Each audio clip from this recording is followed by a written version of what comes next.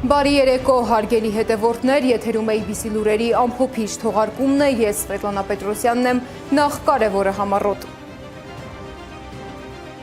Երկու անչափահաս քույրերի գործով քննությունը նոր փուլ է մտնում, իրավապահ համակարգում արդեն առաջին պատասխանատուներն են հեռացվում, ինչու են 3 ամիս շարունակ անտեսվել ահազանգերը։ Հակոբ Կոջոյանի անվան դպրոցի շուրջ աղմուկը չի դադարում, ինչ պատմություններ են բացահայտում դպրոցի նախկին աշակերտները։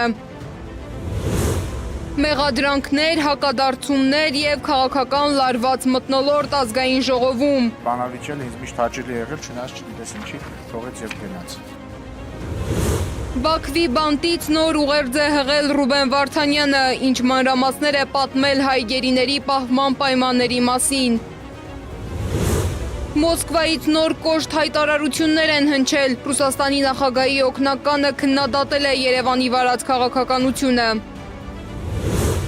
Իրանի ու Պակիստանի արտաքին գործերի նախարարները խոսել են հեռախոսով, ինչ են քննարկել կողմերը։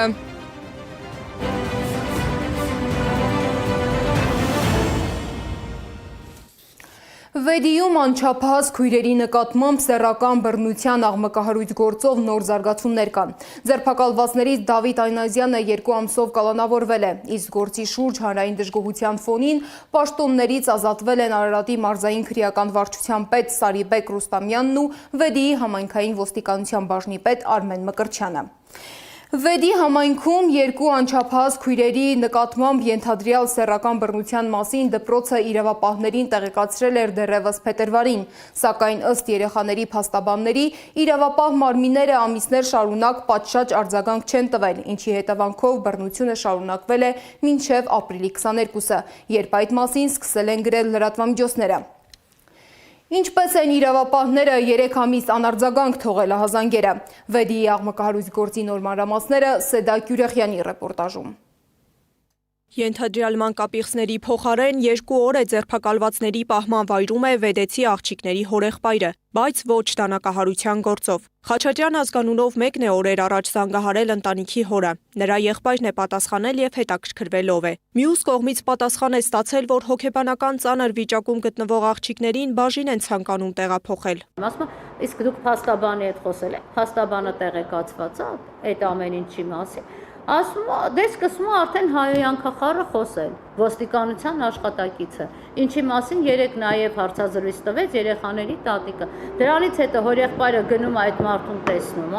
այնտեղ արդեն միջադեպ է տեղի ունենում, իրանք են սադրել այդ ամենը հորեղբոր մասով։ Եվ այդ սադրված միջադեպից հետո հորեղբորը ձերբակալում են։ Աղջիկների հորեղբայրը մինչև հիմա ձերբակալվածի կարգավիճակ ունի։ Այդ ընթացքում ազատության մեջ էին ենթադրյալ հանցագործները։ Մայիսի 7-ի առավոտյան միայն դատախազությունը մեղադրանք առաջադրեց 2 անձի։ Հանրային քրեական հետապնդում է հարուցվել ԱԵ-ի նկատմամբ քրեական օրենսգրքի 190-րդ հոդվածի 2-րդ մասի 2-րդ եւ 4-րդ կետերով խոցելի վիճակում գտնվող անչափահասի նկատմամբ սեքսուալ բնույթի բռնի գործողություններ կատարելը եւ ԴԱ-ի նկատմամբ քրեական օրենսգրքի 198-րդ հոդվածի 2-րդ մասի 2-րդ եւ 4-րդ կետերով 3 դրվագ։ Մեղադրյալները դեպքից 3 ամիս անց են միայն ձերբակալվել, մինչդեռ առաջին ահազանգերը ոստիկանություն դեռ փետրվարին են եղել դպրոցից։ Եթե ահազանգերին ընթացք տրվեր, կկանխվեր ոչ միայն 17-ամյա աղջկա բռնաբարությունը, այլև հորեղբոր կողմից դանակահարության դեպքը։ Եթե քննչական մարմինը իր տեղում լիներ, այս գործողությունները ժամանակին կատարած լիներ, ընտանիքի հորեղբայրը կգնար այդ քայլի։ Շատ նորմալ տղա է, աշխատող, ընտանիք ունեցող, նախկինում չդատված, ոչ մի ինչ-որ իրավական, հակաիրավական հակումներ ունեցող։ Ինչի համար պետք է այդ մարդը գնար իր աղբոր խոցելի ընտանիք ունեցող աղբոր երեխեքի պատիվն ու արժանապատվությունը վերականգնելու համար։ Իրավապահ մարմինների թերի աշխատանքի մասին բարձրաձայնեց նաև մարդու իրավունքների պաշտպանը։ Անահիտ Մանասյանը մտահոգիչ համարեց, որ 3 ամիս գործով վարույթ է եղել։ Վարույթը կարճված չի եղել, բայց փաստացի աշխատանք չի կատարվել, քանի որ իրավապահ մարմինները հույսը ծանր հոգեբանական վիճակում գտնվող խոցելի աղջիկների ցուցմունքների վրա են դրել։ Շատ դեպքերում այս գործերի քննության առանձնահատկությունները չեն պատկերացնում եւ պարզապես գործի քննությունը իրականացնում են նույն ձևաչափով, ինչ օրինակ այլ վարույթի քննություն կիրականացնեին։ Օրինակ, հա, ուղղակի մարդկանց կանչել, տեսնել ինչ տեղեկատվություն են տալիս, թե հասկանալ, տվեց տեղեկատվություն, ասաց, որ դեպք է տեղի ունեցել, շարունակենք, չէ, այլ գործերի պարագայում սա միգուցե կարող է պատշաճ լինել, բայց սեռական բռնության, այն էլ անչափահաս երեխայի, այն էլ նաև զարգացման առանձնահատկություններ ունեցող, ես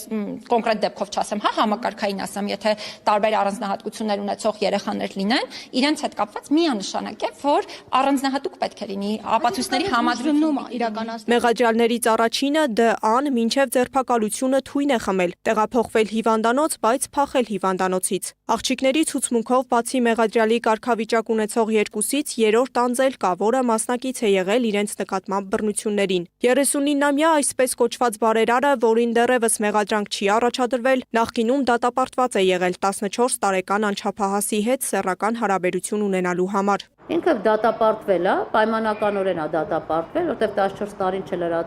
տարին լրացած անձի հետ է եղել այդ ամեն ինչը։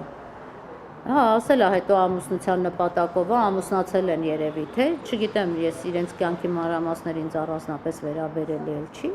ունենք էլ ինչը որ ունենք համակարգում տեղադրված է։ Բարերարը տուժածների տուն ելումուտ է ունեցել։ Երեխաներին գրենական պիտույք նպարեղեն է բերել, ընտանիքը չի հերքում։ Այդուհանդերձ աղջիկների գործով 39-ամյա տղամարդուն մեղադրանք առաջադրելու կամ ձերբակալելու մասին դատախազությունից որևէ տեղեկություն չեն հայտնում։ Փաստաբանի պնդմամբ աղջիկները ծանր հոգեբանական վիճակում են։ Գինեկոլոգները ստուգում են իրականացրել, ստացել սարսափելի արդյունքներ, հայտնում է փաստաբանը։ Գինեկոլոգի հարցով փաստաբանական թիմն է զբաղվել։ Մինչ այդ աղջիկներին տարել են տղամարդ դատաբժշկի մոտ։ Նրանք հրաժարվել են ստուգումներ անցնել։ Սեդակ Յուրեղյան, Նոնա Գևորգյան, ABC Media։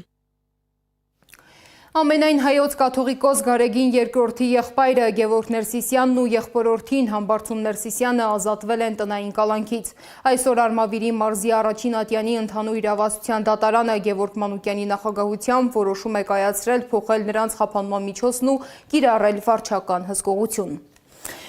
Այսօր կայացել է նաև Բագրատ Սրբազանի գործով հերթական դատական նիստը։ Նիստում Բագրատ arczepiskopos Գալստանյանը հայտարարել է, որ մտադիր է պատասխանատվության կանչել ազգային ժողովի փոխնախագահ Ռուբեն Ռուբինյանին։ Նրա խոսքով խորհրդարանում իր հասցեին տարբեր անհիմն մեղադրանքներ են հնչում։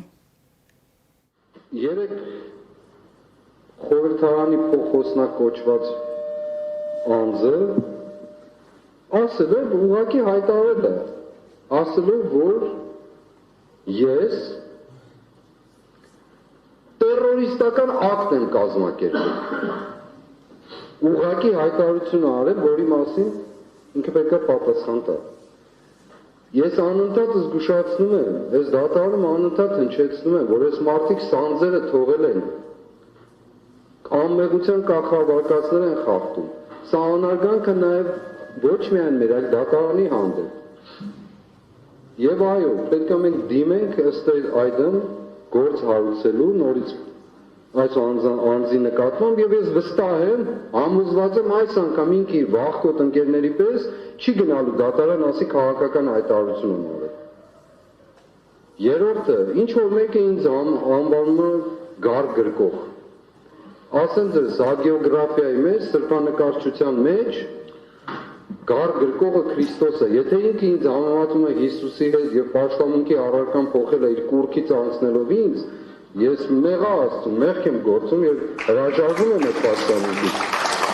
Բայց ասեմ, գարը Քրիստոսի գարն է, Քրիստոսի խորհրդանիշն է։ Եվ ես հպարտ եմ, որ գար գրկող եմ եւ ոչ թե խոս խանձող եւ ներողություն խնդրում, որ չեմ կարողացել ոչ խոս գրկել, ոչ զարած գրկել, ոչ լամա գրկել, ոչ ուղ գրկել։ Բայց այն, որ իրենք գտնվում են թուրքերի եւ ադրբեջանցիների գրկում, դա փաստ է։ Հանրային քննարկումների կենտրոնում շարունակում է մնալ նաև Հակոբ Կոջոյանի անվան դպրոցի շուրջ ստեղծված վիճակը։ Մեր նախորդ ռեպորտաժից հետո խմբագրության հետ կապ են հաստատում դպրոցի նախկին սաները եւ պատմում, այսպես ասած, քաղաքականացված տնօրենի եւ տարիներ շարունակ կուտակված խնդիրների մասին։ Ինչու են նախկին աշակերտները հիմա սկսել խոսել եւ ինչպես է արձագանքում ԿԳՄՍ նախարարությունը Սեդա Մակարյանի ռեպորտաժում։ Աշխատանքային ժամին ես միայն աշխատանքով։ Հայտարարեց Հակոբ Կոջոյանի անվան կրթահամալիրի տնօրեն Ռուզաննա Երեմյանը մեր նկարահանող խմբի այցի ժամանակ։ Մինչդեռ Գյումրու թիմ ընտրությունից հետո դպրոցի իր աշխատասենյակից աշխատանքային ժամին ուղիղ եթերում վերլուծում էր ընտրության արդյունքները։ Ամենատարօրինակը նա է, որ Գյումրիում քաղաքապետ է ընտրվել կամ նշանակվել հիշյալ ուժերի կողմից մի մարդ, ով ունի բավականին արտառոց քրեական պատմություն։ Արդեն երրորդ օրն է չի լռում մեր խմբագրության հեռախոսը, նաև գրում են մեր սոցիալական հարթակներին։ Նախկին ու ներկասաներն ուզում են խոսել, պատմել, թե ինչ բարքեր են տիրում Կոջոյանի անվան դպրոցում Ռուզաննա Երեմյանի օրոք։ Երեմյանը տնօրեն է դարձել 2021 թվականին, մինչ այդ եղել է նույն կրթահամալիրի փոխտնօրենը։ 2020 թվականից առ այսօր Հայաստանի Հանրապետության կառավարությանն առընթեր հանրային խորհրդի պաշտպանության ազգային անվտանգության ներքին գործերի հանձնաժողովի անդամ է։ Մինչ այդ 1996-ից 1998 թվականներին եղել է Լրագիր օրաթերթի գլխավոր խմբագիրը։ Նա բազմիցս քաղաքական ելույթներ է ունեցել իշխող ուժի հանրահավաքներին։ Իդեպ Երեմյանի ամուսինը, ինչպես աշակերտներն են պատմում, մշտապես հանրակրթարանի տարածքում է, ուղեկցում է կնոջն ամենուր։ Մեր այցի ժամանակ էլ նա այնտեղ էր, իսկ թե ինչ հաստիք է զբաղեցնում կամ աշխատում է արտաքի պաշտոն է, որևէ մեկը չգիտի։ Մեզ հետ կապ հաստատած շրջանավարտներից մեկը պատմում է, որ Երեմյանը վախի մթնոլորտ է ստեղծում նաև գործընկերների համար։ Նրա պատճառով որոշ ուսուցիչներ դիմում են գրել եւ դուրս եկել աշխատանքից։ Անձնակազմը զզվում է իրենից, վախենում է, փոխտնօրեն էր, նախկին տնօրենի ոտքի տակ փորեց, դարձավ տնօրեն, իմ ուսուցիչն ինքնակամ դուրս եկավ։ Սա էլ նամակագրությունից մի հատված։ Դասաժամերին քաղաքականությունից խոսել է, Նիկոլից է խոսել, ասել է Ղարաբաղը երբեք մերը չի եղել, Նիկոլը մեզ փրկել է։ Տետրով հարվածել է մի աղջկա դեմքին, ասել է անասուն, վախի մեջ է պահել բոլորին։ Լիքը բաներ է արել, այն, ինչ լսել եք, միայն կեսն է։ Հիմա չեմ սովորում այնտեղ, բայց դեռ լիքը բաներ եմ լսում։ Մեկ այլ սան էլ ավելի սարսափելի պատմություններ է պատմում։ Ինքը բավականին կոպիտ էր խոսում բոլորի հետ։ Մազերը ներկելու պատճառով կարող էր տանել հավաքարարների խուց, որ տեսախցիկները միջանցքում չնկարեն, ու սկսեր սպառնալ, որ կհեռացնի։ Հավաքել էր իմ դասարանի աղջիկներին ու իմ մասին սեռական բնույթի բամբասանքներ էր սկսել, հորդորել էր հետս չշփվեն։ Իմ կյանքում առաջին անգամ տեսա, որ հասուն մարդն աշակերտին կարող է բուլինգ անել։ Կրթության, գիտության, մշակույթի եւ սպորտի նախարարությունից փորձեցինք պարզել նախ ինչ է անում Երեմյանի ամուսինը դպրոցում, ապա տեղյակ են արդյոք թե ինչ է կատարվել ու կատարվում կրթարանում։ Միթե նախկին ու ներկա սաների ներկայացրած աղաղակող փաստերը կմնան անարձագանք։ Նախարարությունը դարձյալ գրավոր հարցում պահանջեց։ Սեդա Մակարյան, Նոնա Գևորգյան, ABC Media։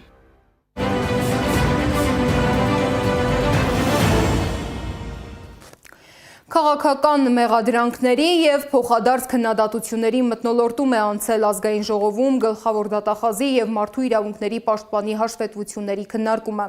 Ընդդիմությունը կրկին խոսել է Արցախի կորստի պատասխանատվության, իրավապահ համակարգի ընտրովի աշխատանքի եւ Բաքվի բանտերում գտնվող հայերի իրավունքների պաշտպանության մասին։ Քննարկումների ընթացքում հնչել է նաև հայտարարություններ արտաքին ուժերի Հայաստանի ներքաղաքական կյանքում ներգրավված լինելու վերաբերյալ։ Ազգային ժողովի նիստի ամենաուշագրավ դրվագները ռեպորտաժում։ Ֆեդիում տեղի ունեցած աղմկահարույց մանկապղծության դեպքը հանգիստ չի տալիս օրենսդիր մարմնի անդամներին։ Խորհրդարանում դաշնակցական падգամավոր Լիլիթ Գալստյանը նշեց, Ֆեդիում բռնության ենթարկված անչափահասների հորեղբայրն այժմ անազատության մեջ է, քանի որ ինքնիրավչությամբ է զբաղվել իրավապահ մարմինների փոխարեն։ Մարդը դիմել է ինքնիրավչության, որովհետև ամիսներ շարունակ անպաշտպան է եղել իրավապահ համակարգի հանցավոր անկապվածություն է դրսևորել։ Լսում ես մանկավարժական կոլեկտիվի հարցազրույցները եւ հասկանում, որ պարզապես ոստիկանական ծածկադմփոց է տեղի ունեցել։ Այսպիսին է բարեվարկված եւ ռեֆորմախեղծ ոստիկանության պատկերը։ Դե հո ընդդիմադիր հայացքներ ունեցող քաղաքական գործիչի մասին չէր, որ միանգամից փռեին ասֆալտին, կողեր ու ծնոտ ջարդեին։ Եվ կշարունակվեր այս ծածկադմփոցը, եթե չլիներ լրագրողի եւ փաստաբանների համառությունը։ Պատգամավորը Կարմիր Օվաժա ամբիոնից ընդգծում է ու հիշեցնում Հանրապետության գլխավոր դատախազին, որ Հայաստանի Հանրապետությունում քաղաքացին պաշտպանված չէ եւ սա բացակա պետության նշան է։ Գալստյանի ձևակերպմամբ այս պատկերը գրեթե բոլոր ոլորտներում է։ Հետո դիմեց մարդու իրավունքների պաշտպանին։ Ես եւ բնականաբար մեր քաղաքացիները ուզում ենք հասկանալ, թե ինչ է փոխում հայ մարդու եւ մեր հասարակության կյանքում ձեր զեկույցը եւ առհասարակ անխարգելման ազգային մեխանիզմ հանդիսացող մի ինստիտուտի գոյությունը։ Պատգամավորը մի վիճակագրություն մեջ բերեց, որ 2022-ից 25 թվականների ընթացքում ՄԻՊ-ի առաջարկների կատարողականը մնում է ցածր, մոտ 20-ից 30%-ի սահմաններում։ Նրա խոսքով հաշվետու ժամանակահատվածում ներկայացված 487 առաջարկից ամբողջությամբ իրականացվել է միայն 113 կամ 23.2%։ Պաշտպանն արդեն նույն ամբիոնի մոտ մանրամասներ էր ներկայացնում։ Շատ են իրավիճակները, երբ հատկապես անչափահաս սեռական բռնության է ենթարկվում, եթե խոսքը հատկապես զարգացման տարբեր առանձնահատկություններ ունեցող, հաշմանդամություն ունեցող անչափահասներին մասին է, իսկ ուզում եմ նաև հրապարակային ասել, որ այնպես չէ, որ Հայաստանում այդպիսի դեպքերը մեկն են կամ չկան, եւ մենք սրան պետք է շատ մեծ ուշադրություն դարձնենք, այնուհետև սրան անմիջապես հետևում է այնպիսի խոսույթի օգտագործումը, որը թիրախավորում է օրինակ նույն հաշմանդամություն ունեցող անձանց։ Հայաստան խմբակցության ղեկավար գեներալ Սերյան Օհանյանն էլ Հայաստանի գլխավոր դատախազության 2025 թվականի կատարողականի քննարկման ընթացքում կենտրոնացավ 44-օրյա պատերազմի հանգամանքների վրա։ Հայտարարեց, պատերազմի պատասխանատվությունը իշխանությունը չի կարող բարթել միայն բանակի վրա, ընդգծելով, որ այն կրում են պետական բոլոր կառույցները։ Այսօր դուք ձեր գործունեությունը շատ հոյակապ կերպով եք ներկայացնում, բայց ինչ ուզում եք ասեք, թռնեք վերև, իջնեք ցած, հարգելի հայրենակիցներ, այսօրվա այս ողբերգական վիճակի Արցախի անկման համար պատասխանատու է այսօրվա իշխանությունը, որը որ փորձում է նորից մեղքը պատերազմի գցել բանակի վրա։ Հայաստան խմբակցության քարտուղար Արտվիկ Մինասյանն էլ ազգային ժողովում ողջունելով Լատվիայի նախագահին, որը պաշտոնական այցով մեր երկիր է ժամանել եւ աժանիստին ներկա էր խորհրդանի նախագահ Ալեն Սիմոնյանի կողքին նստած, նկատեց, որ գործող իշխանությունն անընդհատ խոսում է գալիք ընտրություններին օտարերկրյա միջամտությունները բացառելու մասին, բայց այս օրերին ընդդիմությունը հենց դրա ականատեսն է լինում։ Հետո խոսեց ՔՊ-ի խոստումների մասին, ասաց, ինչ ասել են, հակառակն են արել։ Նույնը վերաբերելու է նաեւ այսպես կոչված հնարավոր ադրբեջանական համայնքի վերադարձին։ Չհավատակ, այն ինչ որ այստեղից հաստատում են իրենք, որ այդպիսի բան չկա, այդ խոսքերին չհավատակ։ Իսկ վերջում կրկին սիրո խոստովանություն էր ՔՊ-ից Հայաստան խմբակցության անդամին, իդեպ ոչ առաջին անգամ։ Ավարտելով ելույթս ուզում եմ ասել, սիրելի գործընկերներ Հայաստան խմբակցության, որ մյուս գումարման ազգային ժողովում ես ձեզ չեմ կարոտի։ Բացառությամբ Արտվիկ Մինասյանի, որի հետ բանավիճել ինձ միշտ հաճելի եղել, չնայած չգիտես ինչի թողեց եւ գնաց։ Մինչ ազգային ժողովում քննարկվում էր, թե ինչ քայլեր են արվում Բաքվում պահվող հայերի իրավունքների պաշտպանության համար եւ ինչու Հայաստանի մարդու իրավունքների պաշտպանը դեռ չի այցելել Բաքու, Բաքվի բանտից նոր ուղերձ է հղել Ռուբեն Վարդանյանը։ Նա մանրամասներ է ներկայացրել հայ գերիների պահման պայմանների մասին եւ հերթական անգամ հարցեր ուղղել պարզապես այս անգամ Նիկոլ Փաշինյանին։ Սա վերջին օրերի միակ ծանր ուղերձը չէր։ Երեկ էլ Բաքվի բանտից ուղերձ էր հղել նաեւ Արցախի խորհրդարանի նախագահ Դավիթ Իշխանյանը։ Իդեպ բացառիկ հարցազրույց ենք ունեցել Դավիթ Իշխանյանի որդու հետ։ Իշխանյանն ասում է, հոր գերության ընթացքում իրենց ընտանիքն ընդամենը մեկ անգամ է հանդիպել Հայաստանի մարդու իրավունքների պաշտպանին։ Ինչու ՄԻՊ-ը պատասխանատվություն չի հայտնում գերիների ընտանիքների հետ մեկնել Բաքու եւ տեսակցել այնտեղ պահվող հայերին։ Կարող է արդյոք Հայաստանի մարդու իրավունքների պաշտպանը այցելել Բաքու, մանրամասները Անի Աբաղյանի ռեպորտաժում։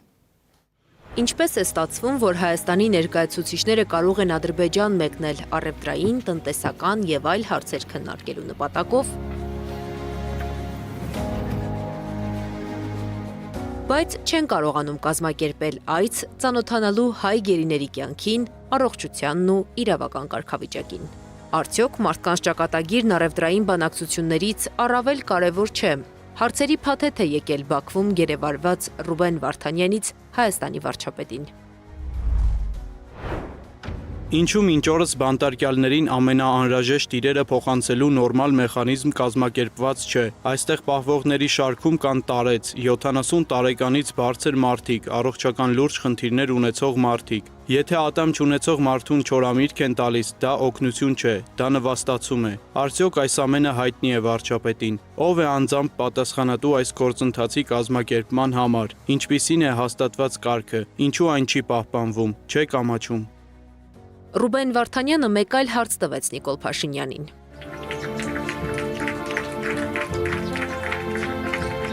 Փաշինյանը չի ամաչում խաղաղության մրցանակ ստանալիս,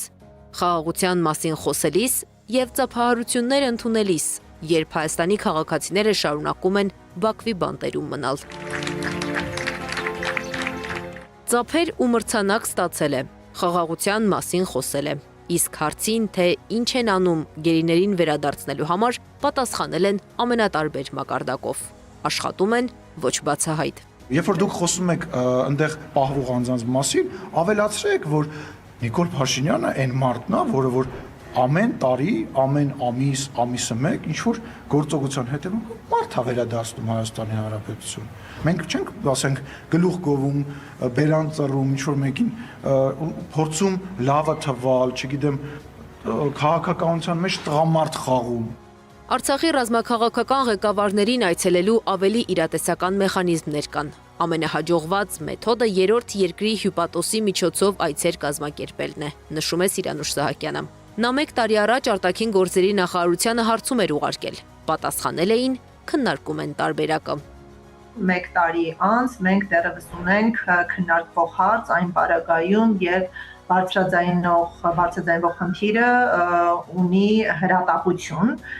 եւ իրեյությամբ մարդասիրական բնույթի խնդիր է, որտեղ ձգձգումները ուղղակի անթույլատրելի են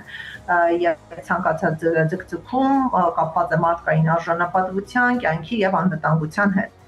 Մայիսի 6-ին Դավիթ Իշխանյանը իսկ մոտ 1 շաբաթ առաջ Ռուբեն Վարդանյանն էր ձայնագրություններով դիմել մարդու իրավունքների պաշտպան Անահիտ Մանասյանին իրենց տեսակցելու համար։ Ես չգիտեմ հարգարժան պաշտպանը կունենա այդ պատասխանատվությունը եւ վճռականությունը այցելելու, նաեւ մեզ տեսնելու եւ այդ դեպքում ավելի մանրամասն տեղեկություններ կունենա եւ կծանոթանա թե ինչպես է ընթացել, ինչ լուրջ եւ կոպտագույն խախտումներով ընթացել, թե հետաքննությունը, ամբողջ քննությունը եւ թե դատավարությունը։ Անահիտ Մանասյանն ազգային ժողովում անդրադարձել էր, ասել էր, գրեթե չկա բան, ինչից վախ ունի, այդ թվում տարբեր կենդանիներից ու միջատներից։ Մարդու իրավունքների պաշտպանի պարագայում ընդհանրապես կարիք չկա խոսել վախերի առկայության մասին, որովհետև մարդը երբ ստանձնում է այս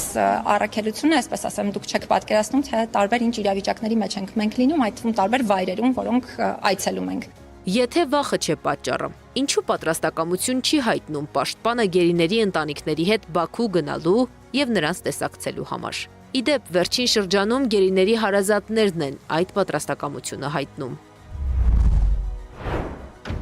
Ոչ միայն Ռուբեն Վարդանյանի ընտանիքն է պատրաստակամություն հայտնել, այլ նաև մենք, բոլոր գերիների ընտանիքները պատրաստակամություն ենք հայտնել գնալու։ Այժմ համապատասխան մարմինների հետ քննարկում ենք այդ թեման։ Հայաստանի մարդու իրավունքների պաշտպանը հազվադեպ է տեսակցել գերիների հարազատներին, որոնք Հայաստանում են։ Դավիթ Իշխանյանի որդին մեծ զրույցում ասաց, 2.5 տարվա ընթացքում ընդամենը 1 հանդիպում է եղել։ Իսկ մարդու իրավունքների պաշտպանը կարող է այցելել Բաքու։ Սիրանուշ Սահակյանն է մեկնաբանում։ Այստեղ մի կողմից փորձ է արվում բարձրացնել այդ ինստիտուտի հեղինակությունը, ցուցադրելով, որ հայերին առնչվող մարդու իրավունքների խնդիրներ են լուծվում Ադրբեջանում, եւ մյուս կողմից այս կառույցը քողարկում թաքցնում է Ադրբեջանի խոշտանգումները հայ գերիների նկատմամբ։ Դրա համար կարծում եմ ցանկացած այցելություն, որը պետք է տեղի ունենա ադրբեջանական ՄԻՊ-ի հովանու ներքո, ուղղակի վտանգավոր է եւ կարող է լեգիտիմացնել այն իրավունքների խախտումները, որոնք շարունակաբար տեղի են ունենում Ադրբեջանում։ Հայաստանի Հանրապետության ՄԻՊ-ը Ադրբեջան այցելելու որպես մեխանիզմ, ոչ թե շրջայց, լուսանկարումների կամ պրոտոկոլային խնդիրներ լուծելու համար, այլ այդ, որի միջոցով հնարավոր է մեծացնել Բաքվում գտնվող մեր հայերի պաշտպանությունը, դա խոշտանգումների կանխարգելման Եվրոպական կոմիտեի հովանու ներքո այցելությունն է։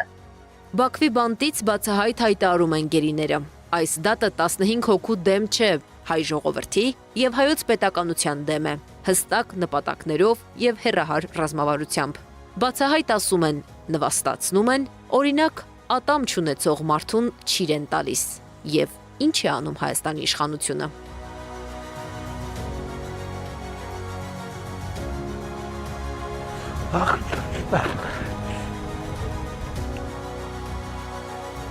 Անի Աբաղյան, Նոնա Գևորքյան, ABC Media։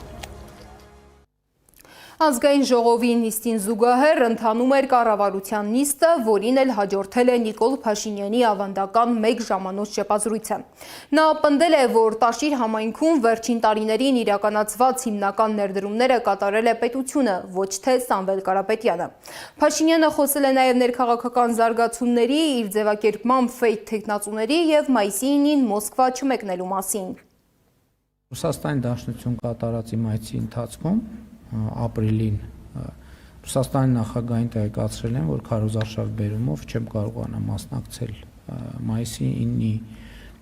միջոցառումներին եւ արդեն հայտարարել ենք, որ քարոզարշավի ենք եւ մասնակցելու ենք քարոզարշավի եւ էլի ես սովորություն չունեմ մեկնաբանել են հայտարարությունները, որը անձամբ չեմ լսել եւ տեղյակ չեմ, բայց ընդհանրապես զվարճալի է լսել, որ որևէ մեկը, որը ընդհանրապես տեխնացու չի եւ չի կարող լինել, հայտարարում է, որ ինքը ընտրություններում հաղթելու է։ Մենք այնտեղ դպրոց են կառուցել, ճանապարհներ են կառուցել, սուբվենցիոն ծրագրեր են կառուցել եւ այդ ընդհանրապես տրամաբանությունը, որ ինչ որ անձ Եթե տանձինք, այսինքն Հայաստանում անձեր կան, տենց բդեշխային տրամաբանության ինչ որ տարածքներ կապում են, փորձում են կապել իրանց հետ։ Այդ անձինք ինչքան ներդրում են արել, 10 անգամ գողացել են։ Այդ թվում էլեկտրաէներգիայի հավելագրումներ անելու տրամաբանությամբ։ Ես ընդհանրապես դեմ ոչ միայն դեմ եմ, այլև թույլ չեմ տա, որ Հայաստանի որևէ տարածքի անուն կապվի որևէ անձի հետ, որովհետև այդ մարդիկ այդ տարածքի հետ կապ չունի։ Այդ տարածքը իրանց համար գողության, հանցավոր գործունեության, բդեշխային հարաբերություններ հաստատելու տարածք է եւ որտեղ ազատությունը չի մտել, այդ ազատությունը մտնելու է։ Հատիկ ձեռներից առնելու ենք բոլոր գույքերը։ Մինչ Նիկոլ Փաշինյանը կառավարության շենքում էր, գործարար Սամվել Կարապետյանը իր առանձնատանը լրագրողների հետ էր հանդիպում։ Ուժեղ Հայաստան կուսակցության առաջնորդ Սամվել Կարապետյանը հայտարարել է, որ Թուրքիայի հետ հարաբերությունները պետք է լինեն բնականon, սակայն բացառապես Հայաստանի շահերից բխող։ Պատասխանելով իմ գործընկեր Աննա Սարգսյանի հարցին, Կարապետյանը նշել է, որ հայ-թուրքական հարաբերություններում պետք է հաշվի առնել նաև հայ գյուղացու շահերը։ Արդյոք ձեր իշխանությունը պատրաստվում է գնալ գործող իշխանության վարած քաղաքականության հակառակ ուղղությամբ, թե շարունակելու եք հանուն լավ հարաբերությունների, թեկուզ մոռացության մատնել Արարատի եւ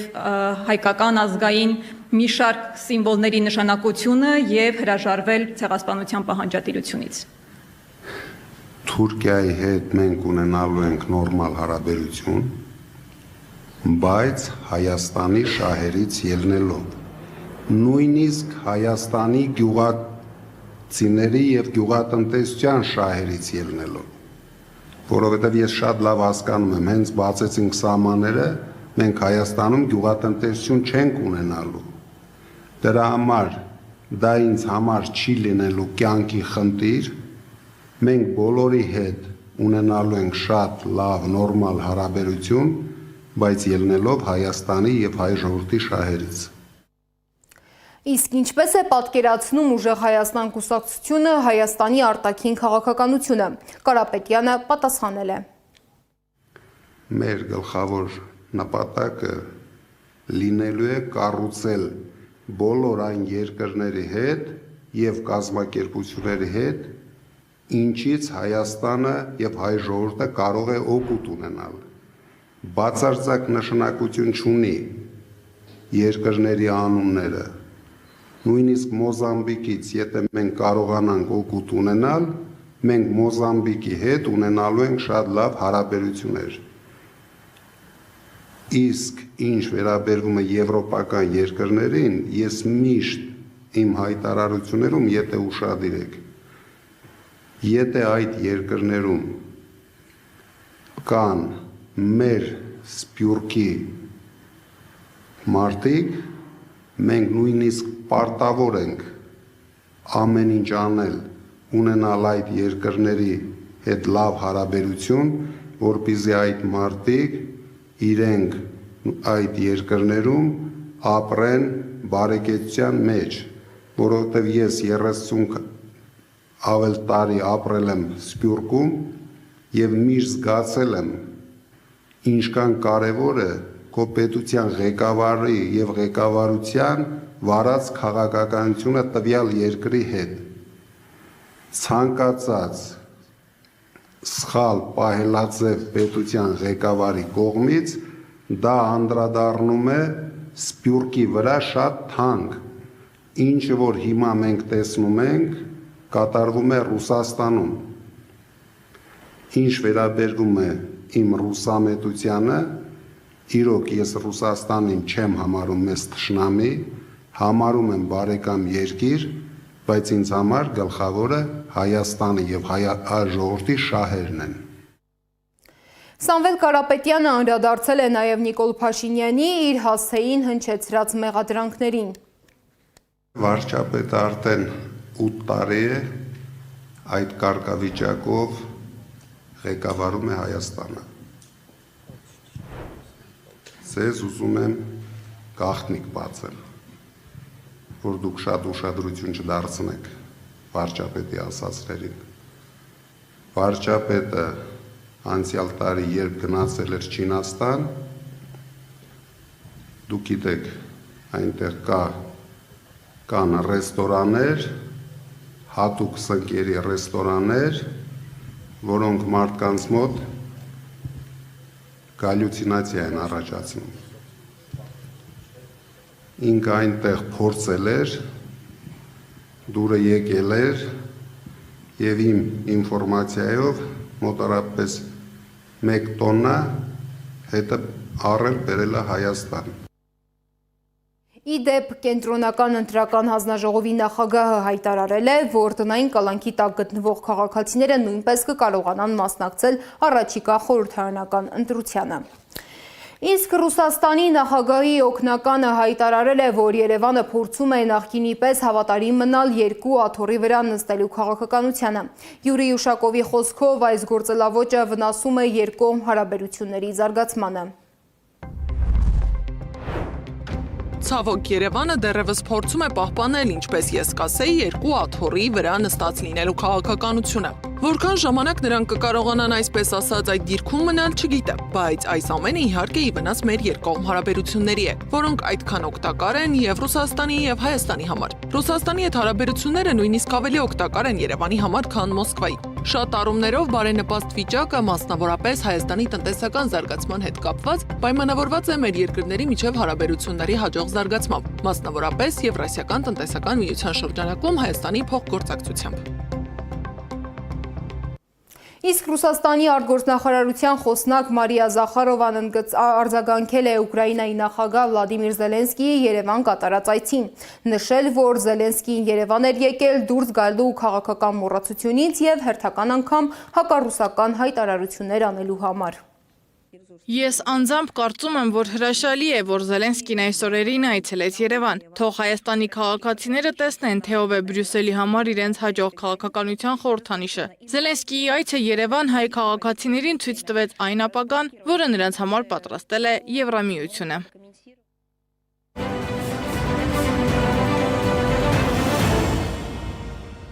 Իրանի արտգործնախարար Աբբաս Արաղչին հեռախոսով զրուցել է իր պակիստանցի գործընկեր Իսհակ Դարի հետ։ Նրանք քննարկել են տարածաշրջանում ստեղծված իրավիճակը եւ ընդգծել, խնդիրները պետք է լուծել բանակցությունների եւ համագործակցության միջոցով։